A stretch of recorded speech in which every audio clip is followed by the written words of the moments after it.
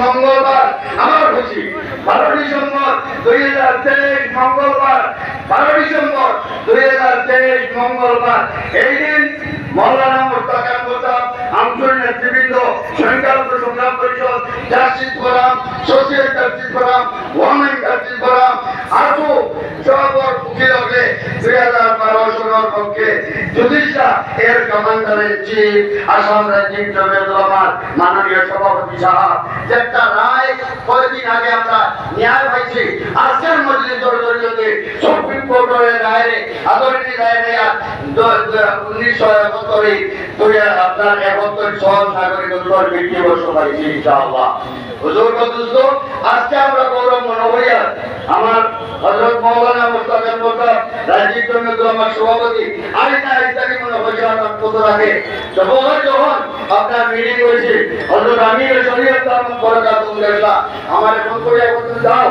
এটা আগের কথা বলে বর্তমান সিচুয়েশন লাগে সমস্যা আমরা এক পথে কাম করা লাগবো হযরত আমির শরীয়ত আহমদ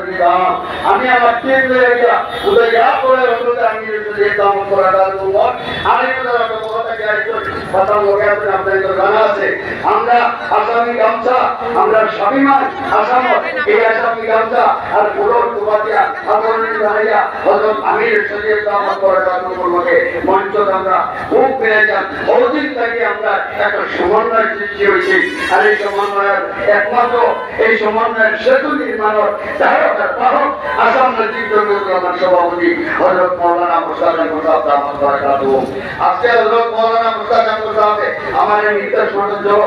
বদরপুর দেখলাম আমারও মনে মনে প্রভাব জীবনেও দেখছি না তাই কি ওখান থেকে খুব বুজুর্গ হওয়ার কাবির হলাই আগে ভালো লাগছে আলহামদুলিল্লাহ আজকে আমরা এই ঘটনা পর্যন্ত হইয়া যারা আমাদের মুস্তাফি সাহেবের প্রাক্ত বিধায়ক আর আমি আপনি আমার শরিয়াত সম্পাদক হয়ে গেছেন হিন্দু মুসলমানের কথা নাই ইয়াদ রাখার কথা আমরা মনে